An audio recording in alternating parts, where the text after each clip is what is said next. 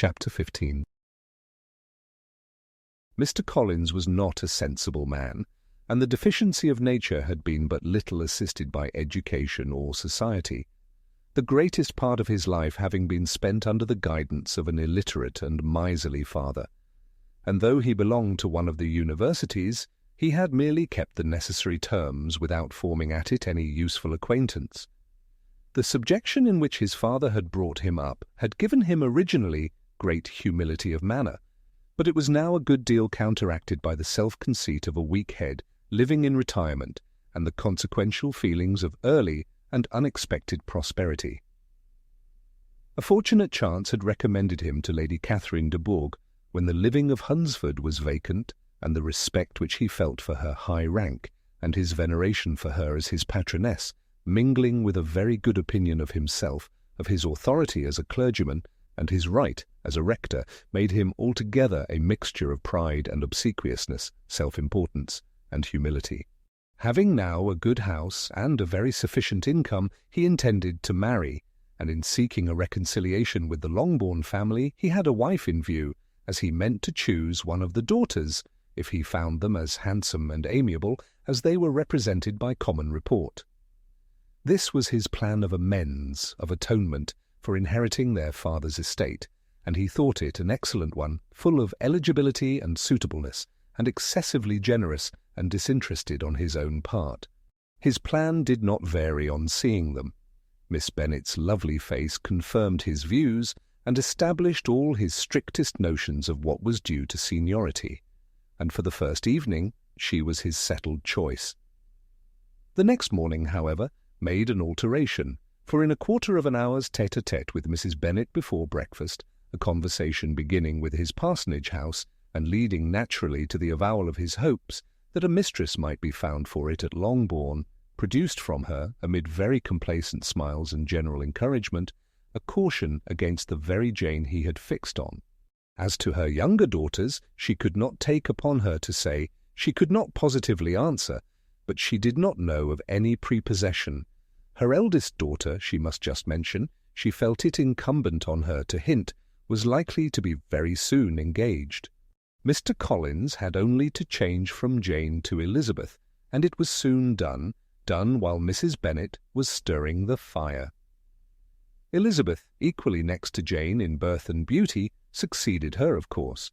Mrs. Bennet treasured up the hint, and trusted that she might soon have two daughters married, and the man whom she could not bear to speak of the day before was now high in her good graces.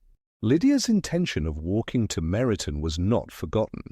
Every sister except Mary agreed to go with her, and Mr. Collins was to attend them at the request of Mr. Bennet, who was most anxious to get rid of him and have his library to himself, for thither Mr. Collins had followed him after breakfast, and there he would continue, nominally engaged, with one of the largest folios in the collection, but really talking to Mr. Bennet, with little cessation, of his house and garden at Hunsford. Such doings discomposed Mr. Bennet exceedingly. In his library he had been always sure of leisure and tranquillity, and though prepared, as he told Elizabeth, to meet with folly and conceit in every other room of the house, he was used to be free from them there.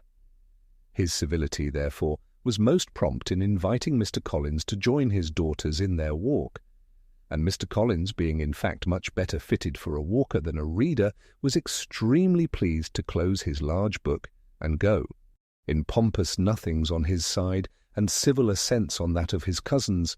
Their time passed till they entered Meryton. The attention of the younger ones was then no longer to be gained by him. Their eyes were immediately wandering up in the street in quest of the officers, and nothing less than a very smart bonnet indeed, or a really new muslin in a shop window, could recall them. But the attention of every lady was soon caught by a young man, whom they had never seen before, of most gentlemanlike appearance, walking with another officer on the other side of the way. The officer was the very Mr. Denny concerning whose return from London Lydia came to inquire, and he bowed as they passed. All were struck with the stranger's air, all wondered who he could be, and Kitty and Lydia, determined, if possible, to find out, led the way across the street under pretence of wanting something in an opposite shop, and fortunately had just gained the pavement when the two gentlemen, turning back, had reached the same spot. Mr. Denny addressed them directly and entreated permission to introduce his friend, Mr. Wickham, who had returned with him the day before from town, and he was happy to say had accepted a commission in their corps.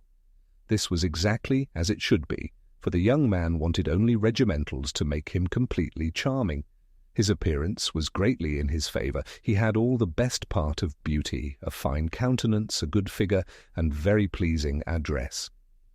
The introduction was followed up on his side by a happy readiness of conversation, a readiness at the same time perfectly correct and unassuming, and the whole party were still standing and talking together very agreeably when the sound of horses drew their notice, and Darcy and Bingley were seen riding down the street. On distinguishing the ladies of the group, the two gentlemen came directly towards them and began the usual civilities. Bingley was the principal spokesman, and Miss Bennet the principal object. He was then, he said, on his way to Longbourn on purpose to inquire after her. Mr. Darcy corroborated it with a bow, and was beginning to determine not to fix his eyes on Elizabeth, when they were suddenly arrested by the sight of the stranger, and Elizabeth, happening to see the countenance of both as they looked at each other, was all astonishment at the effect of the meeting. Both changed colour. One looked white, the other red. Mr. Wickham, after a few moments, touched his hat, a salutation which Mr. Darcy just deigned to return. What could be the meaning of it? It was impossible to imagine. It was impossible not to long to know. In another minute, Mr. Bingley, but without seeming to have noticed what passed, took leave and rode on with his friend. Mr. Denny and Mr. Wickham walked with the young ladies to the door of Mr. Phillips's house, and then made their bows, in spite of Miss Lydia's pressing entreaties that they should come in, and even in spite of Mrs. Phillips's throwing up the parlour window and loudly seconding the invitation. Mrs. Phillips was always glad to see her nieces, and the two eldest, from their recent absence, were particularly welcome, and she was eagerly expressing her surprise at their sudden return home, which, as their own carriage had not fetched them, she should have known nothing about, if she had not happened to see Mr. Jones's shop-boy in the street, who had told her that they were not to send any more drafts to Netherfield because the Miss Bennets were come away, when her civility was claimed towards Mr. Collins by Jane's introduction of him. She received him with her very best politeness, which he returned with as much more, apologizing for his intrusion, without any previous acquaintance with her, which he could not help flattering himself, however, might be justified by his relationship to the young ladies who introduced him to her notice.